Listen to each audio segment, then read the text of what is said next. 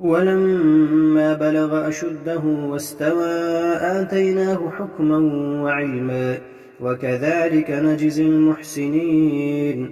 ودخل المدينة على حين غفلة من أهلها فوجد فيها رجلين يقتتلان هذا من شيعته وهذا من عدوه فاستغاثه الذي من شيعته على الذي من عدوه فوكزه موسى فقضى عليه قال هذا من عمل الشيطان إنه عدو مضل مبين.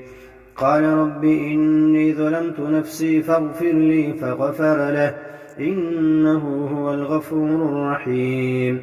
قال رب بما أنعمت علي فلن أكون ظهيرا للمجرمين. فأصبح في المدينة خائفا يترقب فإذا الذي استنصر